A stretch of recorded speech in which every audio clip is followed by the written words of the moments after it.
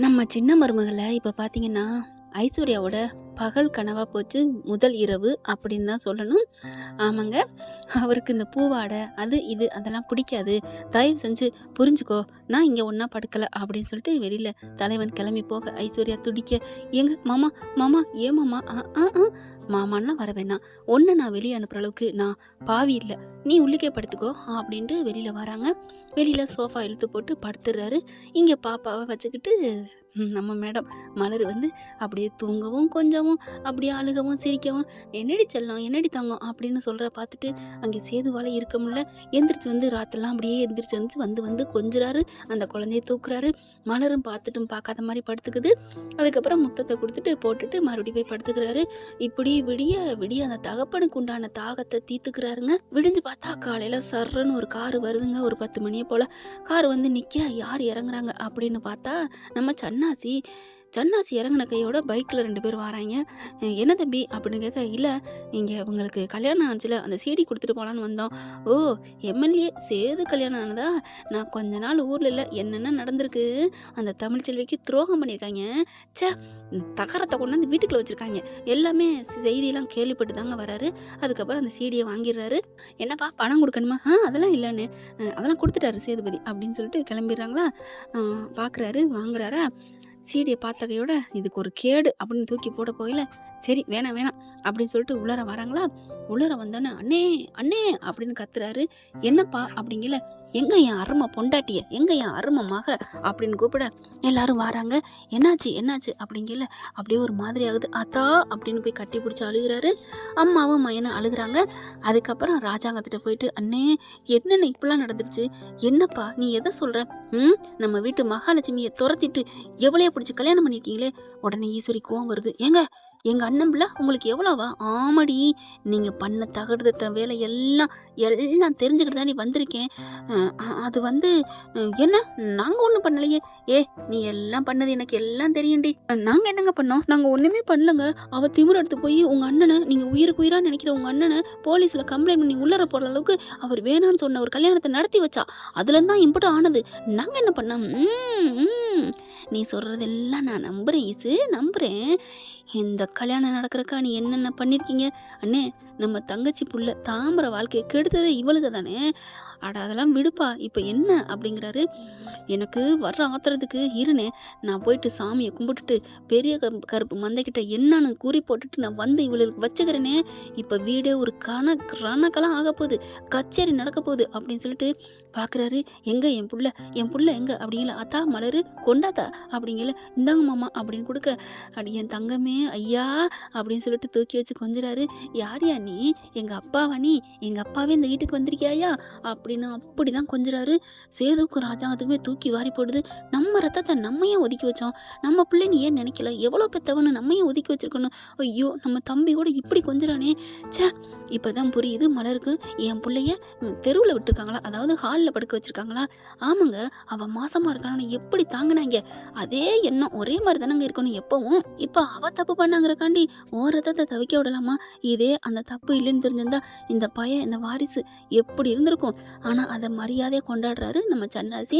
அந்த பிள்ளைய தூக்கி வச்சு கொஞ்சுறாரு. அதே பிள்ளைய கொண்டோய் அந்த கோயில் பூஜை அறை இருக்கு இல்லையா? பூஜை அந்த அந்த இதுல கொண்டோய் வைக்கிறாரு. வச்சுட்டு, "ஐயா! பெரிய மந்த கருப்பு, நீ தான் சொல்லணும். இது இந்த வீட்டோட வாரிசு. இது எப்படி வளரணும் நீ தான் பார்க்கணும். இப்போ ஒரு நான் உண்மைய சொல்லப் போறேன்.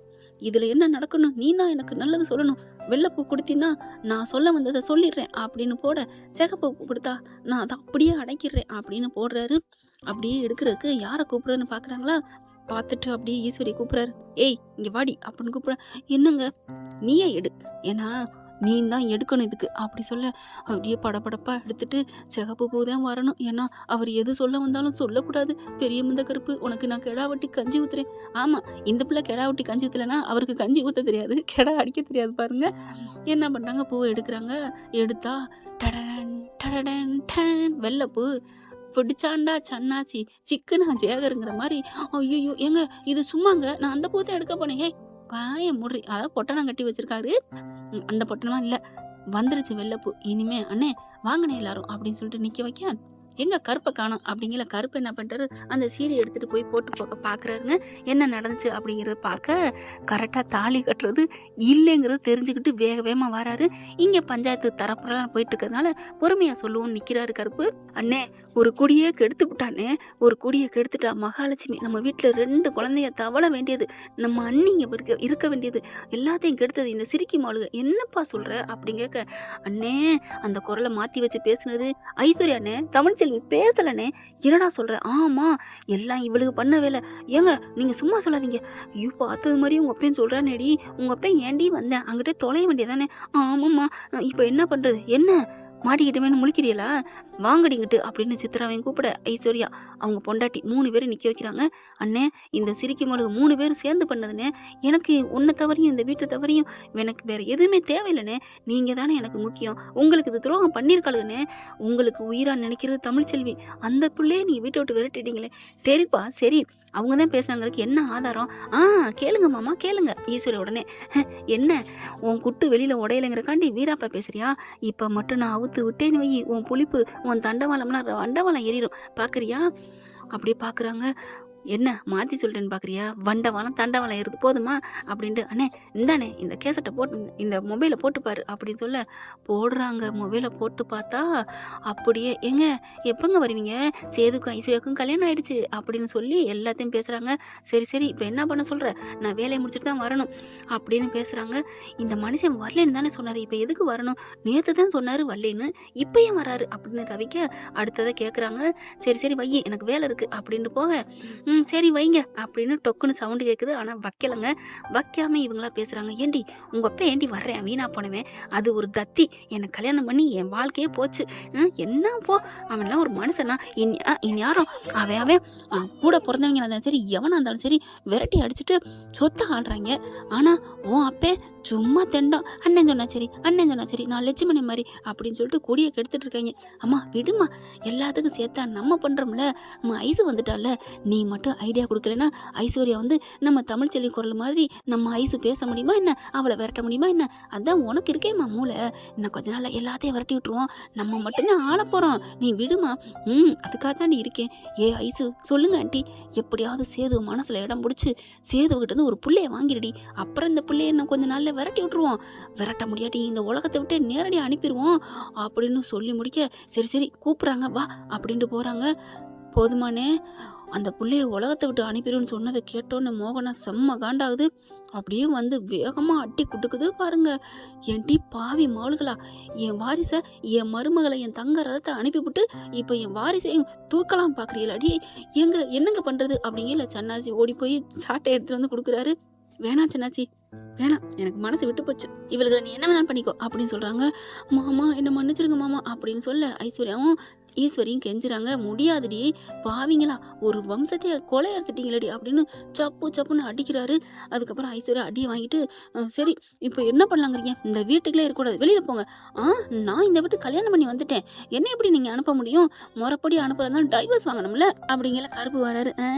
அதுக்கு கல்யாணம் நடந்தா தானமா டைவர்ஸ் வாங்க முடியும், என்ன அப்படிங்கல சித்ரா ஈஸ்வரிக்கும், ஐயோ என்ன இவன் ஏதோ சொல்ல போறேன் போல இருக்கே, கையில சீடி வேற வச்சிருக்கான், இவ இருந்தாலாவது நம்மளை எப்படியாவது வீட்டுக்குள்ள கொண்டாந்துருவான்னு பார்த்தா, ஏய் கருப்பு என்ன, சின்னம்மா உங்களோட ரீலு தெர கிழிஞ்சிருச்சு அப்படின்னு சொல்லிட்டு இங்க பாருங்க அப்படின்னு போட்டு காமிக்கிறாருங்க. ஸ்கிரீன்ல டிவில அப்படியே வருதுங்க கல்யாணம்.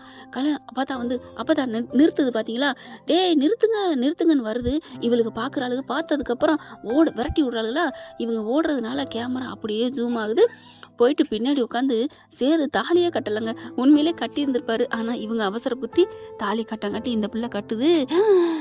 ராஜாங்கமும் சேதும் சந்தோஷப்படுறாங்க. அப்பா நான் தாலி கட்டலப்பா, அப்பா நான் தாலி கட்டலன்னு அவ்வளோ சந்தோஷப்படுறாங்க.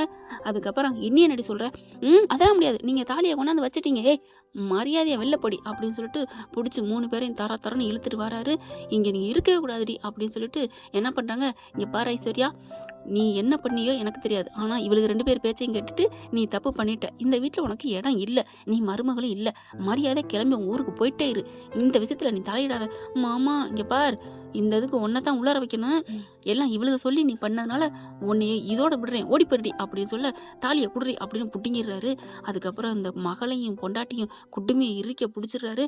பிடிச்சிட்டு என்னங்க எங்களை விடுங்கங்க, எங்கெங்க எங்களை போச்சிடுறீங்க, வீதியில கொண்டு போய் விடணும்டி, இங்கே விட்டா மறுபடியும் வந்துருவீங்க அப்படின்னு பிடிச்சி இழுக்க, அதுக்கப்புறம் மலர்கிட்ட போயிட்டு மலரு அந்த குழந்தைய தாத்தா ஏமாம்மா குடு அப்படின்னு சொல்ல வாங்கிக்கிறாரு.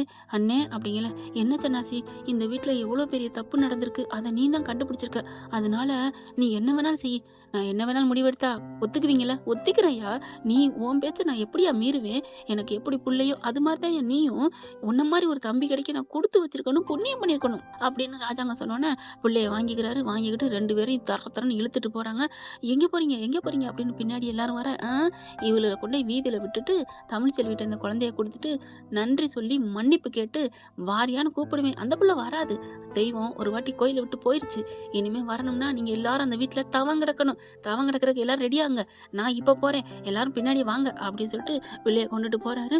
இந்த 2 சிரிக்கி மலும் கொண்டு வீதியோட முடியோட பம்பையோட பிடிச்சி ரோட்ல விட்டுட்டு அப்படியே ஓடி போயிருங்கடி அப்படின்னு பிள்ளையோட சன்னாச்சி கெத்தா சும்மா மாசா கிளம்பி போயிட்டு இருக்காரு தமிழ்ச்செல்வியை தேடி. தமிழ்ச்செல்விக்கு நான் வர்றேங்கிறதையும் ஃபோன் பண்ணி சொல்லிடுறாங்க. ரொம்ப சந்தோஷமா அங்கேயே இருக்காங்க. இவரும் கொண்டு போய் பிள்ளைய கொடுத்துறாருங்க. என்ன ஃப்ரெண்ட், எப்படிலாம் போனா நல்லா தானே இருக்கும், பார்க்கலாம் ஃப்ரெண்ட் என்ன நடக்குதுன்னு. இந்த பத்தி உங்களுக்கு பிடிச்சிருந்துன்னா உங்க பொண்ணான கையால ஒரு லைக் போட்டு சப்ஸ்கிரைப் பண்ணி ஆதரவு கொடுங்க அன்புறவுகளே. Thank you friends. இந்த வீடியோ உங்களுக்கு பிடிச்சிருந்தா தயவு செய்து லைக் பண்ணுங்க. இன்னும் அப்டேட்ஸ்க்காக சேனலை சப்ஸ்கிரைப் பண்ண மறக்காதீங்க. நம்ம கிட்ட இருக்க எல்லா சேனல்ஸோட லேட்டஸ்ட் வீடியோ அப்டேட்ஸ்க்காக மேல ரைட் சைடுல காட்டுற லிங்கை கிளிக் பண்ணி வாட்ஸ்அப் குரூப்ல ஜாயின் பண்ணுங்க. உங்களிடம் விடைபெறுவது நான் உங்கள் மெஹர்.